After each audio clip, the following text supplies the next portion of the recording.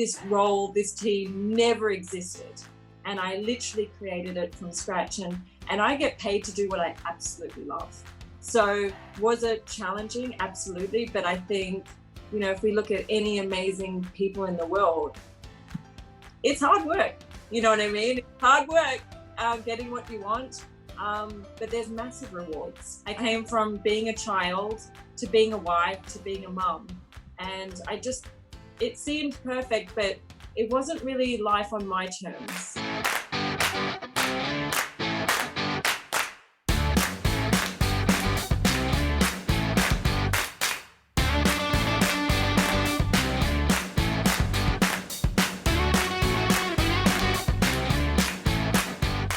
Hello everybody, welcome to S-WOW series. The Strongest Women of World is a global talk show where we celebrate strength and achievement of women from all over the world.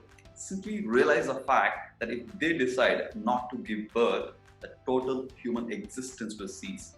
But that is simply one of their divine strength and contribution to the mankind. Women are achieving extraordinary feats in everything that they choose to pursue. It is time to bring in such inspirational stories out in the world so that many more women and girls will choose to find their strength and achieve whatever they wish. Bear in mind, this entire show is not scripted, simply heart to heart. The show brings the best women in the world to inspire the rest of the women in the world. And today's guest is from Australia, living in Singapore, a corporate leader in Standard Chartered Bank, who had a perfect life. Literally a cinematic life where comfort of working just 3 days a week and having time with kids and for the rest of the week traveling around and with a great income. Suddenly there she attended a Tony Robbins event and an instant realization, if that is what she's looking from her life. Bingo, that's it. She immediately wrote the global CEO of Standard Chartered Bank about importance of coaching and a plan on how she can actually make an impact within the organization to other women. Literally she was doing voluntarily out of her passion. Having no idea of coaching before, that professional coaching before, she became a qualified coach with ICF within 4 months. And she ran the program and presented her extraordinary results of the program to the board. Now, the program, Team Ignite, has 170 coaches within the organization who are actually coaching other young women on how they can actually progress, take their career and progress into the most successful zone. And she was also featured in last Women's Day in the Standard Chartered. And help me to welcome Katie Hasson from Singapore. Hi Katie, how are you doing? Hey, oh my gosh, what a brilliant introduction. Thank you, you're very kind. Thank you so much for being on the show, Katie. I really want to ask one question, right? Having a perfect life is definitely difficult, first of all. You had it. You had everything that you wanted at that time, what you think. And what is that one trigger actually that pushed you out of the comfort zone and getting into, this phenomenal things that you're doing right now? Yeah, look, I think we all come to realize that there is no perfect life. And I absolutely thought I was living it. I had an amazing job, working 3 days a week, looking after 2 kids. I was married, living the Singapore expat dream life. But I was always a career person. And I think that for me, there was a trigger why I didn't want to come back to work. More than 3 days a week. And I realized that I just was really unhappy in my job and I just didn't have that sense of purpose. And so whilst it kind of seemed ideal on the outside, I think sometimes we live a lie to ourselves. And it was really through that Tony Robbins experience where I actually got to spend for the first time ever. I had my kids were probably 1 and 3 at the time. So I had not spent any time with myself for 3 years and actually stopped, realized and kind of paused and think, what is important to me? And actually, who am I anymore? I came from being a child to being a wife to being a mum. And it seemed perfect, but it wasn't really life on my terms. I don't think I ever sat down and thought, who am I and what do I want to do? And it was only through that experience where I actually just woke up and said, you know what, I actually maybe it was through my passion, maybe it was through the pain I was in, that I thought, actually, I want to serve people in a way. I want to connect people, and that's where my love and obsession for coaching came. And I think from that moment in 2018, that was as I said, I had no idea what was coaching, and I didn't have any networks, but absolutely I knew that there was no way that I was going to stay in my current role. I knew that things had to change, so I just made a way. So it was absolutely clear focus, clear guidance, and everything was focused on that. Wow, that's a really inspirational thing. But coming from there to here, was it an easy journey? I don't think anything's easy. But what I can say is following your passion, following your heart, becoming authentic. It is at first very hard because people knew you a certain way. And all of a sudden you're learning, you're growing as yourself, and you're really rediscovering who you are. So all of a sudden, I'd never had a voice before. So I had found a voice, which was very different for people to take. But what I can say, and definitely what I say to my clients, and obviously all the phenomenal women and even men on the call, is that once you truly tap into who you are and being authentic, that's when you find the flow and passion. So, I am working in Standard Chartered in an Ignite. This role, this team never existed.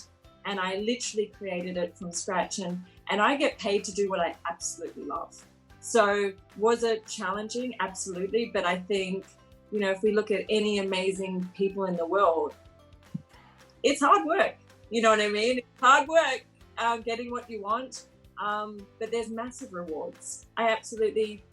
I'm one of probably many few that say that they love their job, which is incredible. Yeah, I can totally, relate to it. I mean, in a way, really reaching out to global CEO who has 100,000 employees, how could you make this project stand out in his mind, or to take up this as a project? Yeah, look, it's so funny, and actually, when I left in 2018 of Tony Robbins, I wrote the guy an email, and everyone's like, "What are you doing? He doesn't know who you are. You're writing the CEO of Standard Chartered an email on coaching when you have no idea what coaching is, and you're going to write an email." And it was at that point was like, well, what's the worst thing that could happen? The worst thing that could happen is he could probably just ignore it or put me on some special HR list, none of which had happened. And it's funny, since then, I went to the boardroom with him, over a year ago, and I'm actually going back into the boardroom with him and his team in another month. And he actually attended our coaches kickoff this year of 170 people, and he loves the energy and he loves the vibe. So how did I capture his attention? It was simple, and this is kind of what I would say with anyone who wants to get promoted. A lot of people say, I want to get promoted, I want to get promoted. My advice to them would just be act as if you're in that role. So what I did is I was volunteering my time whilst working 3 days a week, and I acted in this role, that it was mine to do. And it was interesting, through that kind of passion, it was really the hard work of these amazing women. So to start with, we had 9 coaches and 10 women. And it was interesting, these women, it was a small pilot, obviously, in Singapore. These women all of a sudden started asking for promotions, having really interesting conversations with their managers. Actually, as small to say that they actually went up to speak to senior leaders. And these are women who would rather have literally been hit by a bus.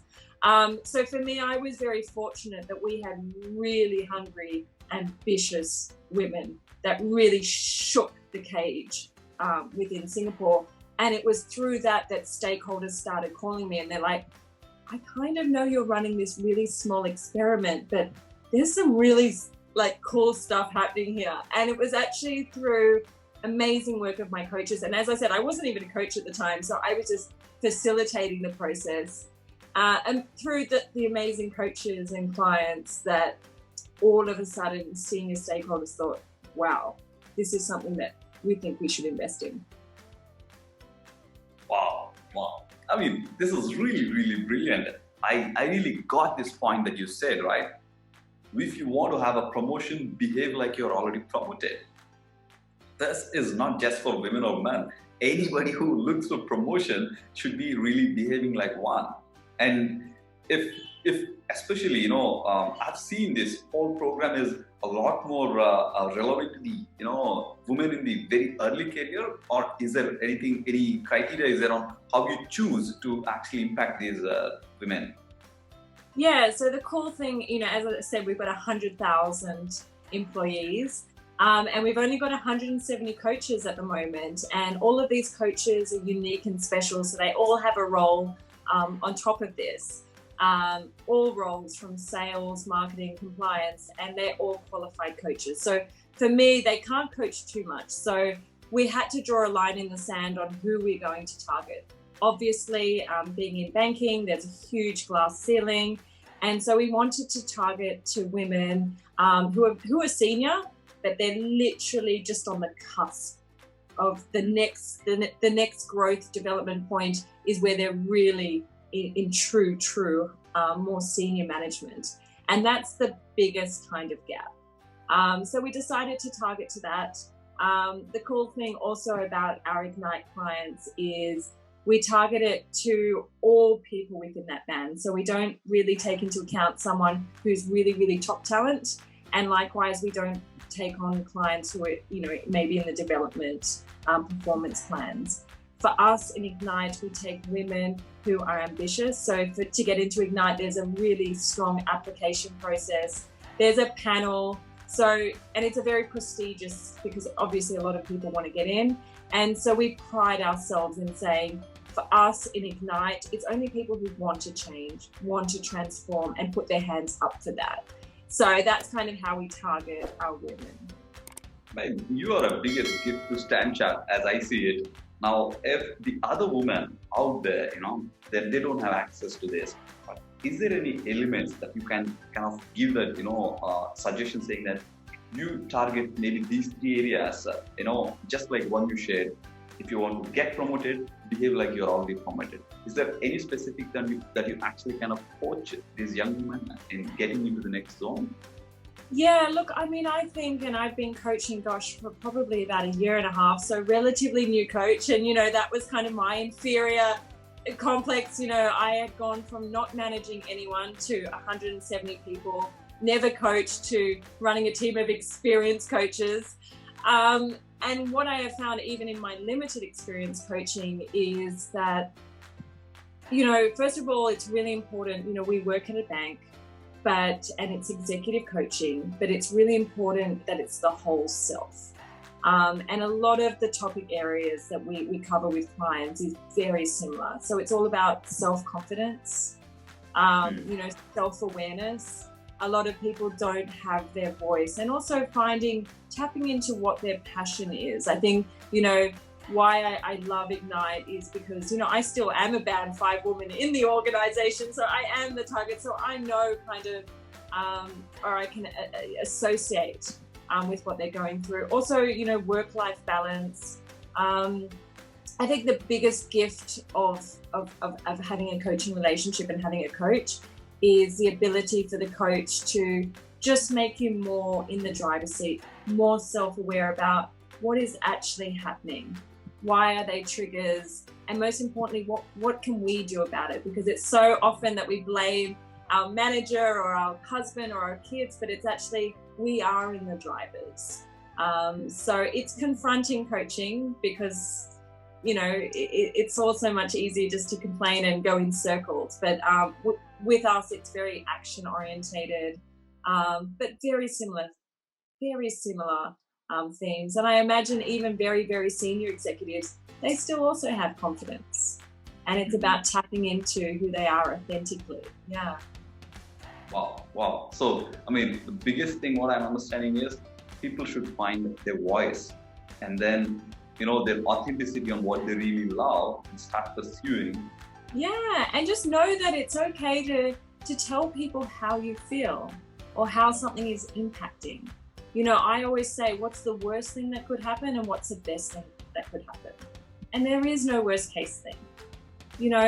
We also talk about, energy levels. You have a certain amount of energy per day. And the importance, particularly with women, is around that self-care. So if things are bottling up, frustration, multitasking, all of this, really, we've all heard about it. Daily gratitude, journals, meditation, yoga. There is a reason why scientifically people are suggesting this, and that's really to re-energize yourself, the oxygen mask, looking after yourself. So I think if I were to add in one other thing, it would be the importance of self-care and self-love. And knowing that it's okay we're feeling certain things, and not just to distract ourselves with multiple things, because to sit with emotions can also be very healthy, and can teach us, where we might need to go. Yeah, I can see that, man. You look so fit. You look so fit. Yeah. And I keep on seeing you going for that, what is it? I've seen you in, what is it? You went into some sea vacation or something like that. I've seen you with your friends on. I was like wakeboarding, and I love doing activities. And it's so funny. A lot of people say, Katie, like, why, how did you get the body that you had? And it's like, this is a daily absolute practice.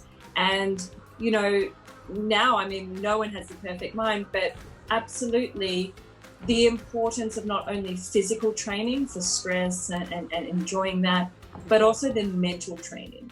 And I think that's a key component that people haven't put in their calendar, is that mental note of doing this journaling and doing the podcast and getting that in. Is also exceptionally important to build in mind strength. But yes, I love my squats, and it's just been such a, I never used to work out, and it became such a daily ritual that it became me. And actually, if I don't do something and there's something small a day, I get that itch. Wow, I can see that. I can see the moment you started talking, I can feel that energy, right? Yes, that outdoor activities will really keep. But I think the important point I noted here is self-care. That's probably could be the foundational thing which can keep everyone's progress in that, I would say, more sustainable. Because even at a mental level, people are really very much at peace. Kind of progress can get in. But I heard you saying about the work-life balance. Now, I know for sure you have 2 kids, and both of them are naughty, because I follow you on the on the social media. How a mother of 2, having an ambition of really helping so many people out there, you've already reached to a really great level. How anyone can actually kind of create that work-life balance? Yeah, and you know what? It's about being unapologetic, and it's about asking. I work obviously in Standard Chartered. It's extremely global, very much time zone orientated to the UK, and also just creating boundaries. How do I have an amazing work-life balance? My kids get off the school bus at 4 p.m. and they go to sleep at 7. So I have a very small window with them, except in the morning. So 4 to 7, and really, I block my calendar, and I'm very transparent about, actually, guys, I have to limit the amount of meetings from 4 to 7. Happy to jump on a call 7 p.m. post. So a big component of me is always being transparent around with my manager, blocking my own time, and knowing that there's trust in there, that you don't have to be on the computer all the time.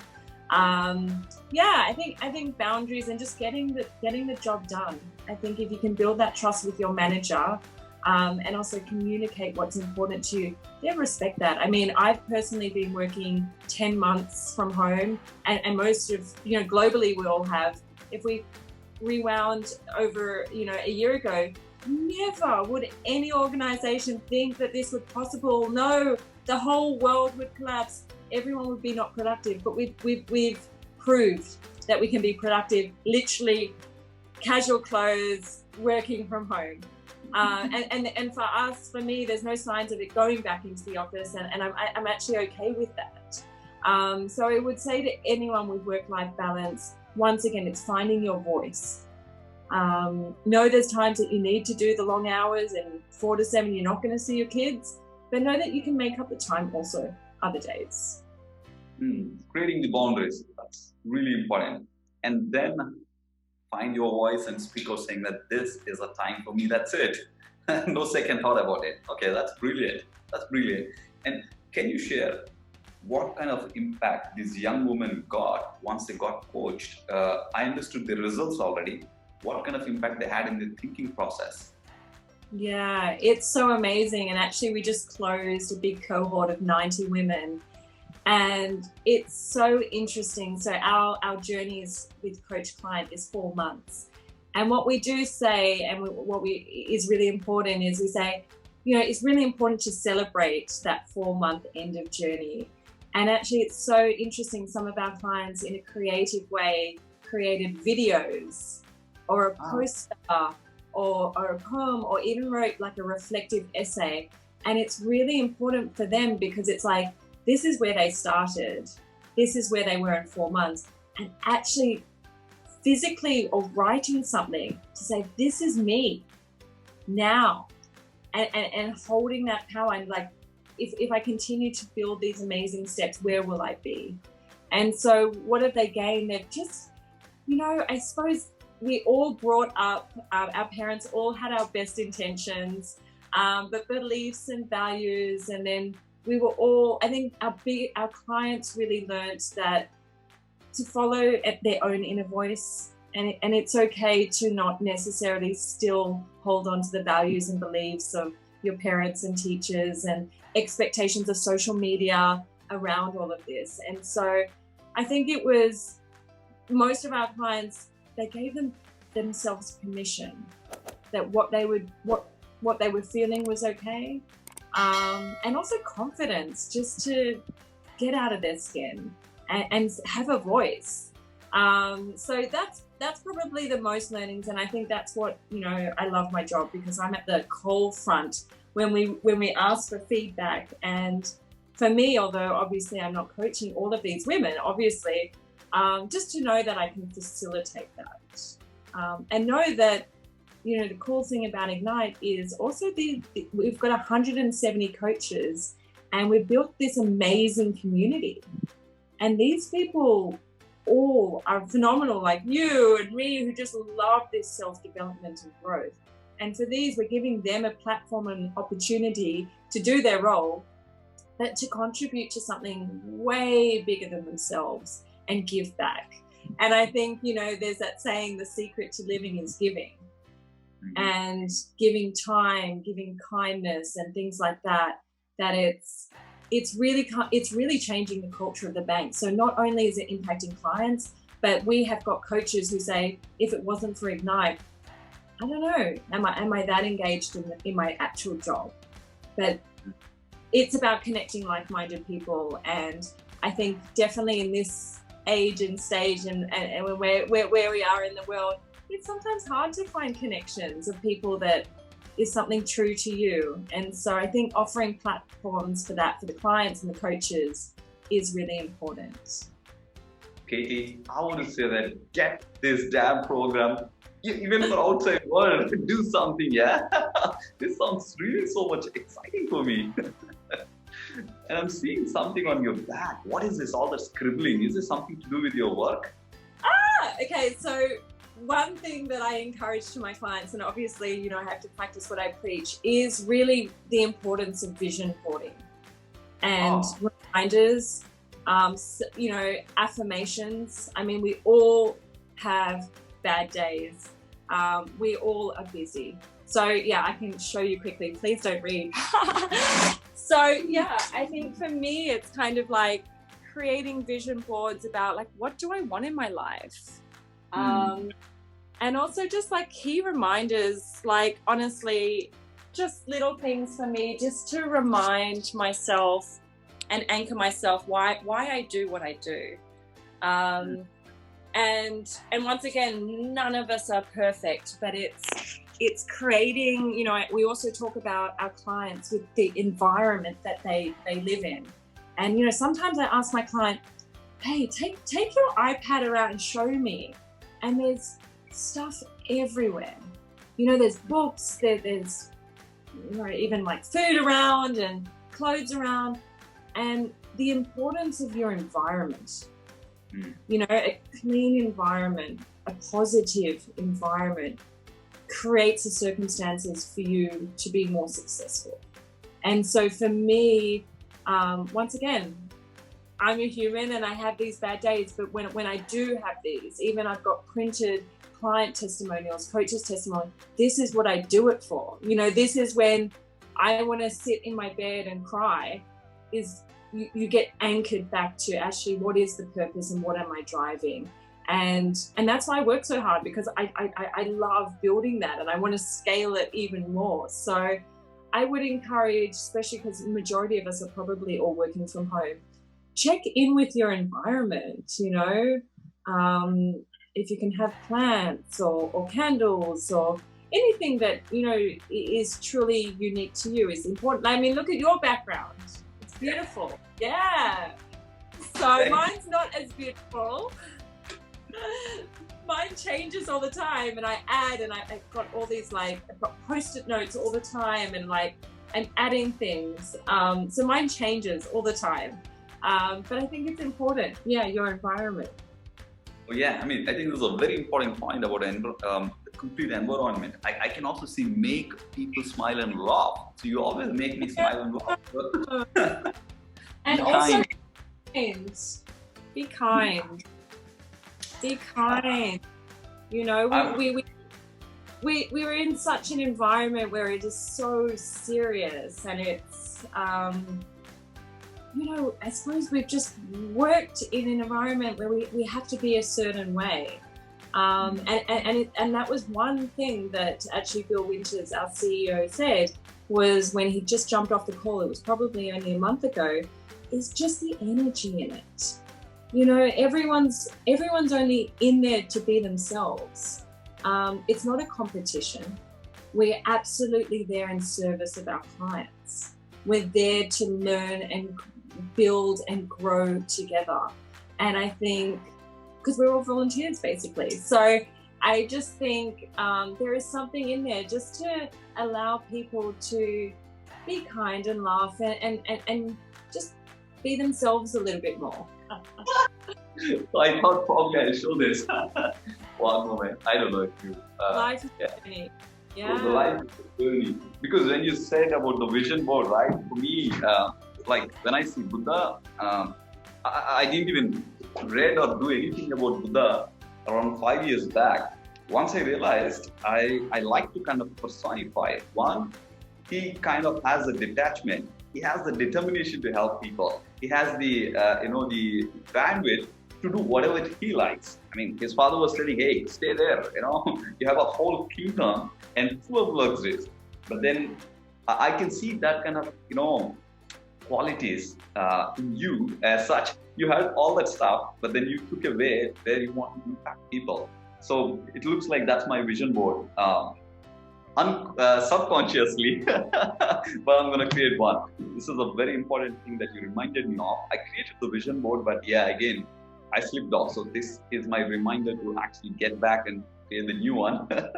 So, Katie, I just want to ask, before we really conclude this very, very interesting conversation, I don't want to stop it, but, have to let you go because you have to again go out there and help people. So what is that one advice for the next generation girls and women that you want to, pass on so that they are always in the zone of, like you said, within their space, finding their voice, being confident? What is that one advice? My advice would be yourself. Listen to yourself.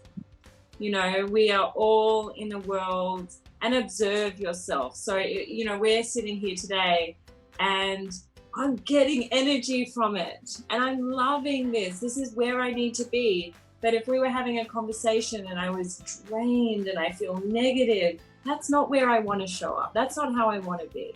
So listen to yourself, observe yourself, and be yourself, and know that that's okay. There is no set path for absolutely any single person in this life. It's about, you can follow the path or you can absolutely create your own path. And it's about how are you showing up in the world? How do you want to live? And following a path, there is no problems with following a path. But no, there's other ways. If you're not happy in that, you can absolutely create. But be yourself. That's my only advice. I love this. I think unintentionally I created a formula just from what you said is log, L-O-B. You said listen to yourself, observe yourself, and be yourself. And There you go. So, ladies out there, girls out there, this is a very, very powerful thing coming from it. Really an inspirational person. Be absolutely yourself is a way to live. It's a way of life, and don't care too much about everybody else around you.